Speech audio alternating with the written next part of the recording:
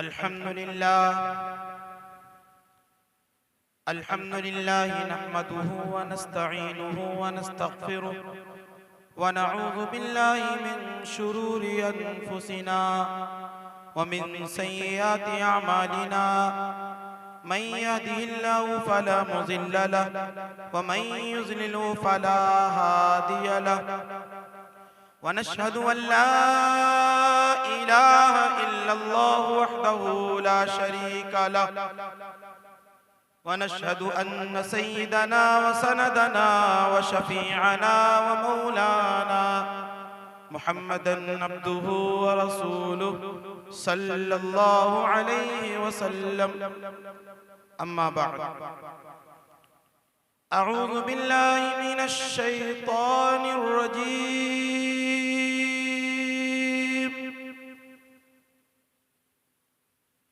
बिस्मिल्लाहिर रहमानिर रहीम।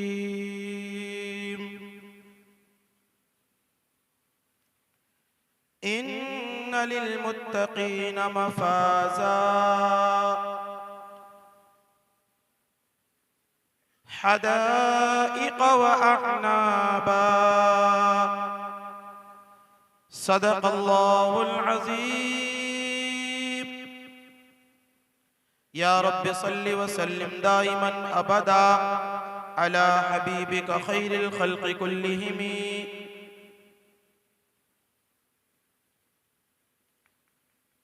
Stage पर बैठे हुए मुअज़्ज़ज़ व मुअक्कर उलमाए किराम व हुफ़्फ़ाज़े इज़ाम, मुहतरम सामईन,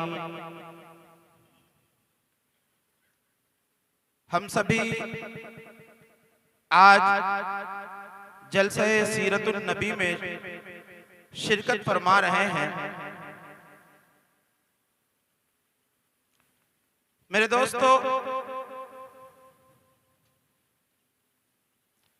एक बात मैं मुनासिब समझता हूं कहना, क्योंकि जिस तरीके का माहौल और जिस तरीके की रविश चल पड़ी है, जिससे दीनी महफिलों का वक़ार और रूह बिल्कुल खत्म होता चला जा रहा है।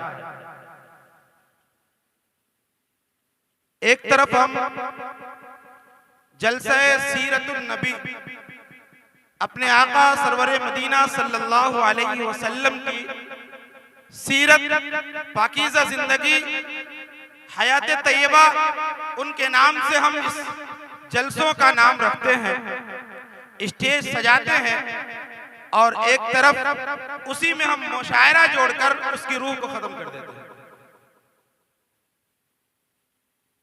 इसलिए हमें इस बात का ध्यान रखना चाहिए कि या तो मुशायरा ही कर लें या जलसा ही कर लें। कोई एक काम करे,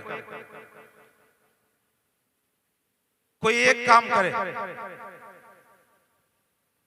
क्योंकि जिस तरीके का माहौल बनाया जाता है उससे जलसे की रूह बिल्कुल खत्म हो जाती है। कहा था आज से बहुत कई साल पहले एक शायर ने इसी तरीके के माहौल के ऊपर कि देखो आदाब भी मलहूज रहे यहाँ पर, देखो आदाब भी मलहूज रहे यहाँ पर, ये बज़्मे नबी है कोई बाजार नहीं है। देखो आदाब भी मलहूज रहे यहाँ पर, ये बज़्मे नबी है कोई बाजार नहीं है। वो शहर मदीना अजब शहर है जौहर, उस शहर में बीमार भी बीमार नहीं है। तो मेरे दोस्तों, मेरे कहने का मतलब ये है कि जब आप जलसा सीरतुन नबी, नात पढ़ना यकीनन इबादत है, यकीनन सवाब है, लेकिन जिस चीज से, जिस तरीके से, जिस ढंग से अगर मजलिस की रूह खत्म हो रही हो, वो किसी भी सूरत में इबादत नहीं हो सकती। आज लोगों की शिकायतें रहती है, लोग कहते हैं इतने बड़े बड़े लोग जलसों में आते हैं, मस्जिदों में तकरीरें करते हैं, दुआएं करते हैं, लेकिन हालात नहीं बदलते। हमारी शरीयत कहती है, आका की हदीस कहती है कि जब आप मनमानी करेंगे, जब आप मनमानी करेंगे, अल्लाह के हुक्मों को तोड़ेंगे, तो तुम्हारे बड़े जब दुआ के लिए हाथ उठाएंगे, उनकी दुआओं से असर खत्म हो जाएगा। ये पता चला जिनकी दुआओं पे आपको शक हो रहा है, जिनके दुआओं पर से भरोसा उठ रहा है, वो भी आपकी वजह से ऐसा हो रहा है। इसलिए मेरे दोस्तों, खुदा के वास्ते दीन की महफिलों को बाकी रखें, दीन की महफिलों का अदब वक़ार बचा के रखें। दीन की महफिलों के वक़ार को बचा के नहीं रखेंगे, बस यूं ही बस मुशायरों की महफिल सजाएंगे, तो धीरे धीरे आपका ज़हन उस तरफ मुंतकिल होगा, उस तरफ मुंतकिल होगा कि बस ऐसी चीजें हमें मिल जाए जिससे हमारा दिल नहीं दिमाग बस मस्त हो जाए। नतीजा क्या होगा कि जब अच्छी बातें आपके दिलों तक नहीं जाएंगी, कुरान और हदीस की रोशनी में अल्लाह वालों की बातें नहीं जाएंगी, नतीजा ये होगा कि आप तारीकी में जाते जाते बिल्कुल गड्ढे में पहुंच जाएंगे।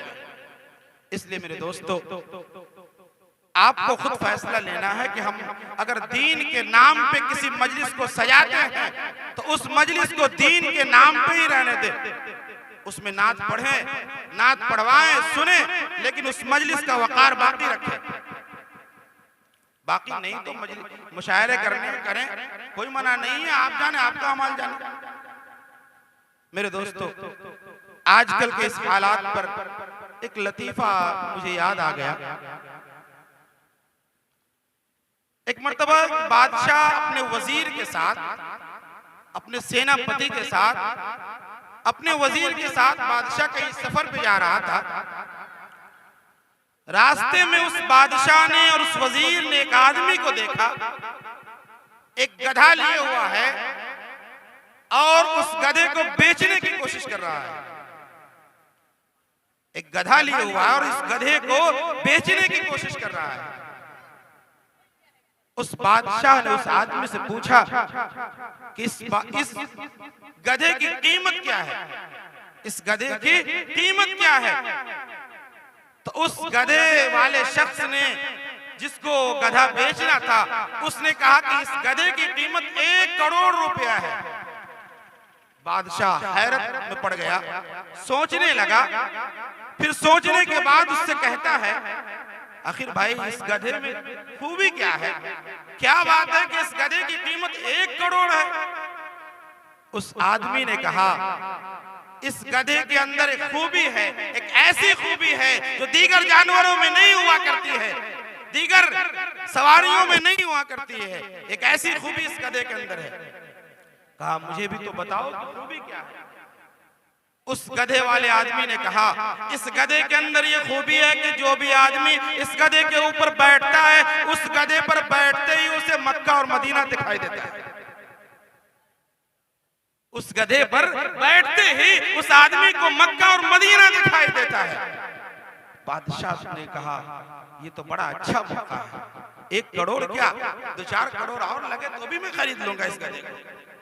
कम से कम जब मदीना देखने का मन करे तो गधे पर बैठ जाऊंगा, जब मक्का देखने का मन करे गधे की सवारी कर लूंगा। मक्का और मदीना दोनों का सैर हो जाया करेगा, करोड़ों रुपए ना खर्चा होगा। बादशाह ने कहा, मुझे ये सौदा मंजूर है, तेरा ये सामान मुझे पसंद है, तेरी ये सवारी मुझे पसंद है, ये सौदा मुझे मंजूर है। जब बादशाह ने सौदा मंजूर करने लगा तो उस आदमी ने कहा, एक शर्त। उस आदमी ने कहा, एक शर्त है। अरे भाई 1 करोड़ तो पहले ही कीमत लगा दी, शर्त भी लगा। उस गधे वाले शख्स ने कहा, हाँ एक शर्त है। बादशाह ने पूछा, सब कुछ जब बता ही दिया तो शर्त भी बता ही दी। बात मक्के और मदीने की है, हम तो इसी के लिए जीते हैं और इसी के लिए मरते हैं। बात जब मक्का और मदीना की है तो मुझे शर्त वो भी बता दो, ताकि मैं शर्त सुनने के बाद फौरन उसको कबूल करके मैं इस गधे को हासिल कर सकूं। उस गधे वाले शख्स ने कहा, इस गधे पर सवार होने के बाद मक्का और मदीना दिखाई तो देता है, लेकिन एक शर्त है। शर्त यह है कि उसी आदमी को इस गधे पर बैठकर मक्का और मदीना दिखाई देगा जो कभी चोरी और बेईमानी नहीं किया होगा, जो कभी चोरी और बेईमानी नहीं किया होगा। बादशाह ने सोचा, बड़ा अजीब शर्त है, लेकिन बात मक्के और मदीना की थी।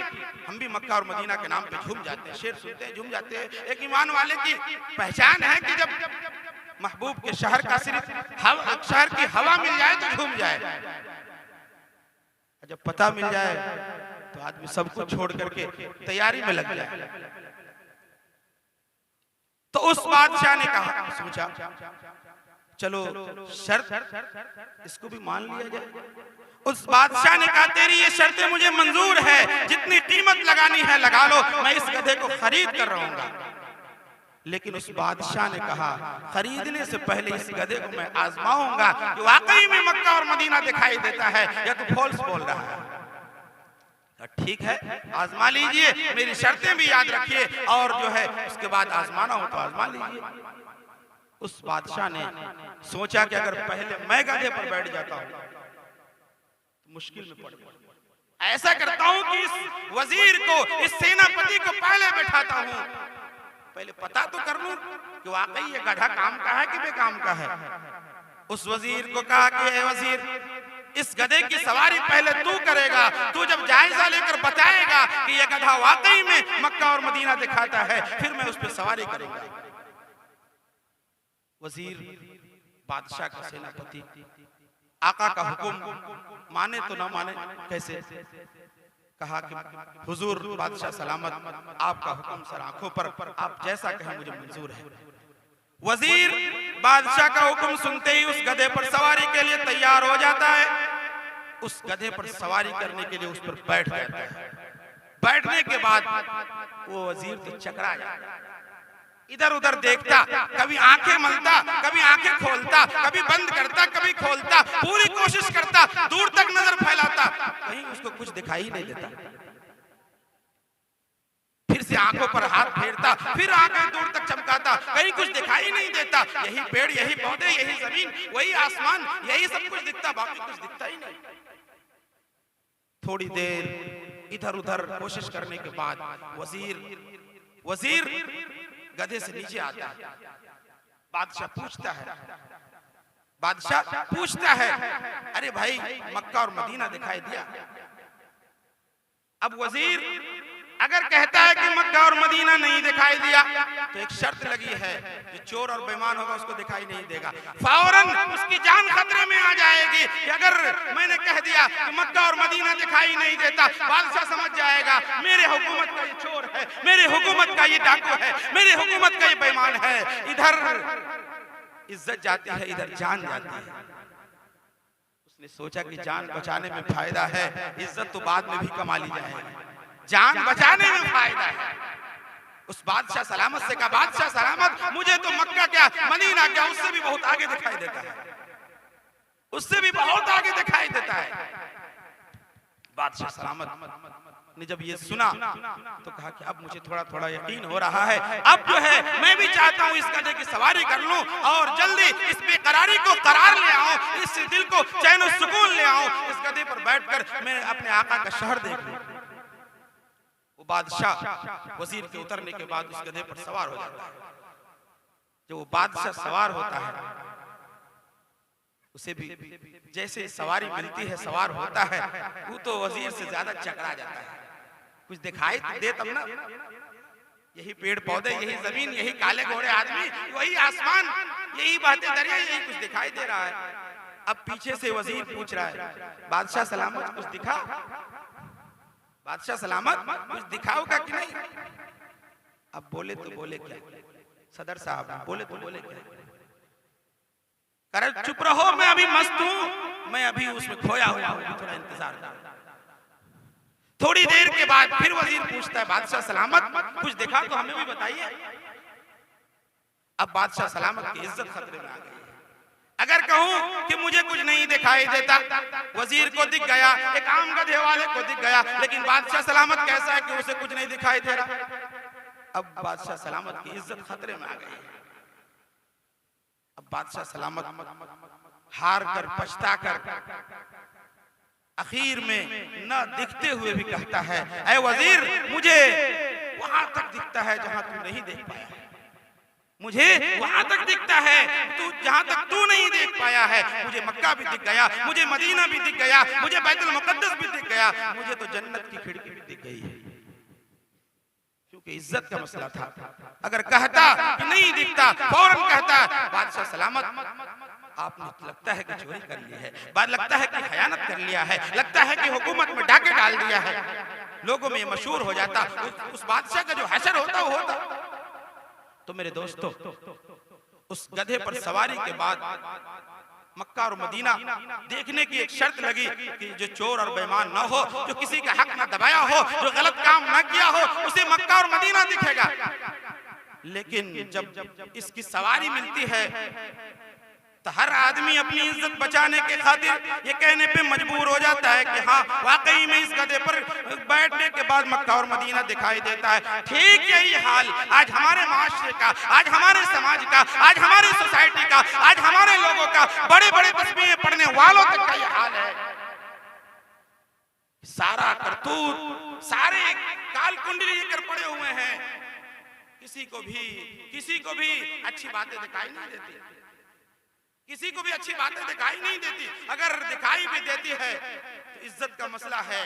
अगर कह दूं तो मेरी तस्वीर गिर जाएगी, ना कहूं तो फिर आगे निकल जाऊंगा। इसलिए मेरे दोस्तों, इस लतीफे ने, इस बादशाह और वजीर की कहानी ने हमें ये सबक दिया कि झूठी शान, झूठी इज्जत, चंद दिनों की इज्जत, थोड़ी देर के लिए ये शान और शौकत की खातिर झूठ मूठ का मदीना मत देखिए, झूठ मूठ का मक्का मत देखिए, झूठ मूठ को लोगों को बेवकूफ नहीं बनाइए। क्योंकि एक बात याद रखिए, अगर नौकरी में है 60 साल के बाद ये शान खत्म हो जाएगी। अगर डिप्टी में, अगर कोई नेतागिरी के पद पे है 5 साल के बाद ये चीज खत्म हो जाएगी। लेकिन अगर ईमानदारी के पद पे है तो इंशाअल्लाह रहमान गारंटी देता हूं कि ये शान जो है आपको जन्नत तक भी खत्म नहीं होने वाली है। इसलिए मेरे दोस्तों, इस ईमानदारी को बचाइए, हक बोलने को बचाइए। आज सभी इसी लपेटे में, इसी जुमरे में आ गए कि अगर हक बोल दिया तो लोग क्या कहेंगे, सच बोल दिया तो लोग क्या कहेंगे। अगर सब कह रहे हैं कि गधा पर मदीना दिखता है तो मैं भी कह देता हूं गधे पर मदीना दिखता है। सच बोलने में शान चली जाएगी, इज्जत चली जाएगी, सब कुछ चला जाएगा।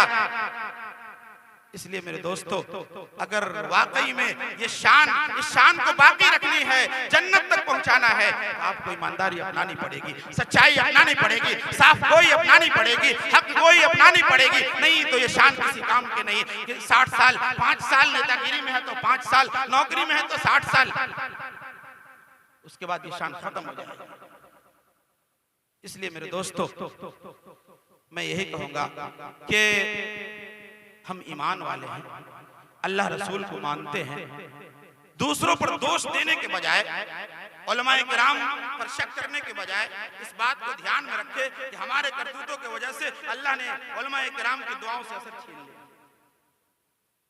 क्योंकि अल्लाह का एक उसूल है कि जब आप गलती पे गलती करेंगे तो उसको ठीक भी करने का मौका अल्लाह तबारक व तआला को चाहिए। जब दुआ फौरन कबूल हो जाएगी तो ठीक ठाक कैसे हो?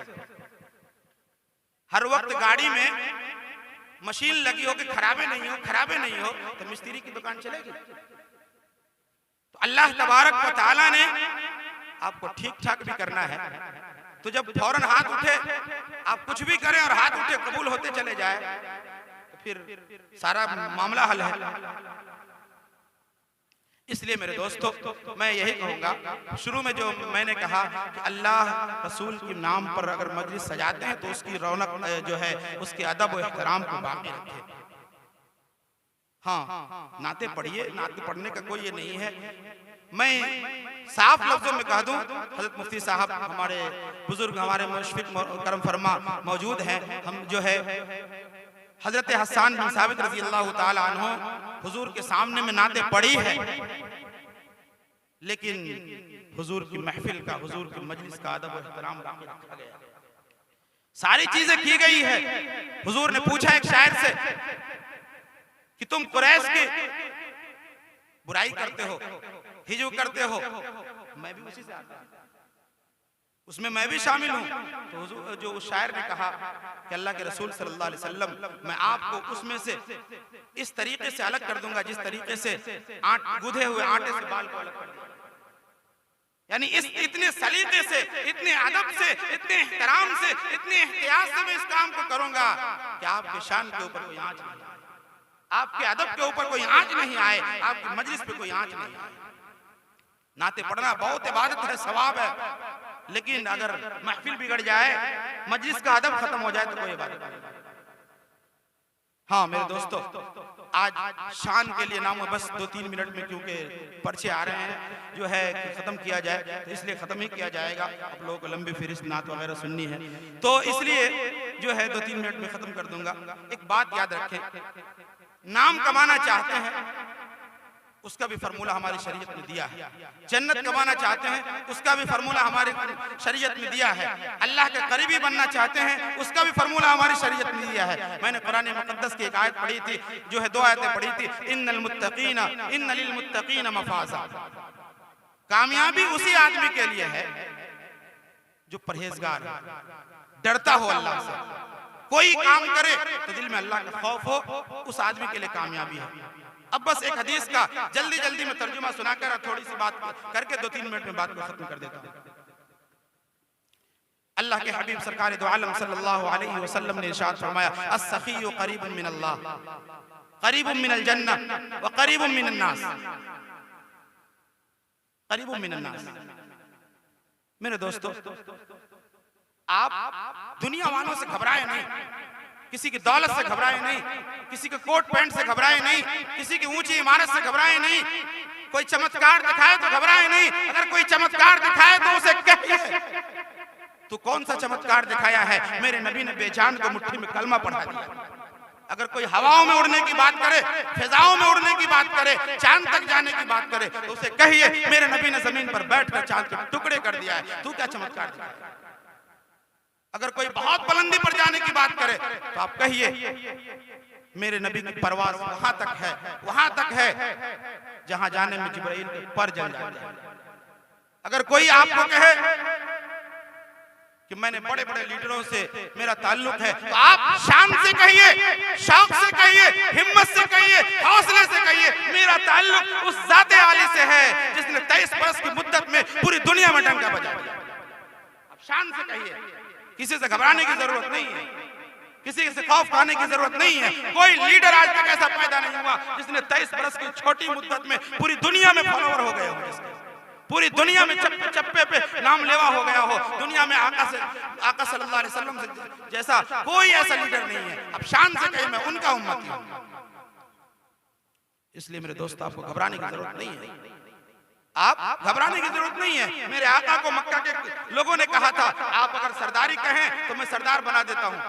मेरे आका ने सरदारी को ठोकर मार दिया था। आप कहिए मैं उस नबी की उम्मती हो, मुझे सरदारी ना दिखाओ, मैं उस नबी की उम्मती हो जिस नबी के कदमों के ठोकरों पर सरदारी जो है बिखरा करती थी। इसलिए मेरे दोस्तों, आपको लोगों से घबराने की जरूरत नहीं है। शान चाहिए, शान मिलेगी, नाम चाहिए, नाम मिलेगा। बस शर्त है अस्सखीयु करीबुन मिनल्लाह। दिल को बड़ा करिए, थोड़ा दिल को बड़ा करिए, कंजूसी नहीं करिए। इबादत करिए तो मन भर के करिए। रोजा रखिए तो 30 के 30 रख जाइए, साल में मुहर्रम के रोजे भी रख जाइए, साल में जो है शव्वाल के रोजे भी रख जाइए, साल में जो है यौम अरफा के रोजे भी रख जाइए। दिल को बड़ा रखिए, इबादत करिए तो दिल खोल के करिए। अस्सखीयु करीबुन मिनल्लाह। दिल बड़ा रखेंगे, सखावत करेंगे, लोगों की मदद करनी चाहिए तो लुटा दीजिए उसके ऊपर, अगर किसी को मदद की जरूरत पड़े तो लगा दीजिए। अस्सखीयु करीबुन मिनल्लाह। जो आदमी सखी होगा वो अल्लाह का करीबी बन जाएगा। अगर पहुंच चाहिए, सबसे सुपर वाले पहुंच बनाइए, ऐरू गैरू नत्थु खैरू पर पहुंच बना के क्या करेंगे? अस्सखीयु करीबुन मिनल्लाह। सखावत करिए, सुपर पावर से ताल्लुक बन जाएगा। व करीबुन मिनल जन्नह। अगर आपको आला से आला बिल्डिंग में जाना है ना, अस्सखीयु करीबुन मिनल जन्नह। सखावत करिए, ऐसी बिल्डिंग में अल्लाह तबारक व तआला पहुंचाएगा कि दुनिया वालों ने इसे ख्वाब में भी नहीं सोचा। वो करीबुन मिनन नास। सखावत करिए, लोगों के करीब बन जाइएगा। सखावत अपनाइए, दिलदारी अपनाइए, ऐसा फेमस करेगा अल्लाह तबारक व तआला जैसा आपने सोचा भी नहीं होगा, ऐसा मशहूर करेगा अल्लाह तबारक व तआला सोचा नहीं होगा। कंजूसी करेंगे इबादत में, कंजूसी करेंगे लोगों की मदद करने में, कंजूसी करेंगे दरूद पढ़ने में, कंजूसी करेंगे कुरान पढ़ने पढ़ाने में, अल्लाह तबारक व तआला आपके नाम को मिटा देगा। नाम चाहिए, सखावत करिए, उलमा पे सखावत करिए, अल्लाह वालों पे सखावत कीजिए, गरीबों पे सखावत कीजिए, गलत काम में नहीं। अगर इस बात को ध्यान में रखें, अल्लाह का करीबी सुपर पावर से ताल्लुक बन जाएगा, जन्नत में जगह मिल जाएगी। और नाम के लिए लोग मरते हैं, करीबुम मिनन नास, लोगों की जबानों पर आपके नाम आ जाएंगे, हर आदमी बस आप ही का नाम लेगा। बस दिल बड़ा करिए। इसलिए मेरे दोस्तों, और आखिरी बात, अगर कोई दुनिया वाला तुझे किसी रहमदिल बहुत मेहरबान आदमी का तज़किरा अगर सुनाए कि मैं ऐसे लोगों से ताल्लुक रखता हूँ, बड़ा दिलदार आदमी है, तो आप कहिए मैं उस नबी की उम्मत हूँ, मेरा रिश्ता उस नबी से जुड़ता है जिस नबी ने अपने आका के कलेजे को चीर कर, कलेजा से जो है सीने को चीर कर कलेजा चबाने वाली हिंदा को भी माफ कर दिया था। अब कहिए मेरे आका ने उस शख्सियत को अपना जो है मुसल्लत थमा दिया था जो जान लेने के लिए आका तक पहुंचा था। इससे बड़ा रहमदिल कोई नहीं हो सकता। इसलिए मेरे दोस्तों बस यही कहूंगा कि हम मुसलमान हैं तो इस्लामी पहचान हमारे अंदर बाकी रहनी चाहिए। जो है और काम करिए, मैं मना नहीं करता, लेकिन अदब की महफिल, सीरतुन नबी की महफिल हो, जलसे हो, तो उसका अदब व एहतराम, उलमा का अदब व एहतराम, उलमा के बैठाकर आप इस अदब व एहतराम को अगर बिगाड़ देंगे, खत्म कर देंगे, अल्लाह तबारक व तआला के यहाँ इसका हमें हिसाब देना पड़ जाएगा, पकड़ हो जाएगी। अल्लाह तबारक व तआला हम सबको कहने सुनने से ज्यादा अमल की तौफीक दे। आमीन व आखिर दावाना अल्हम्दुलिल्लाह।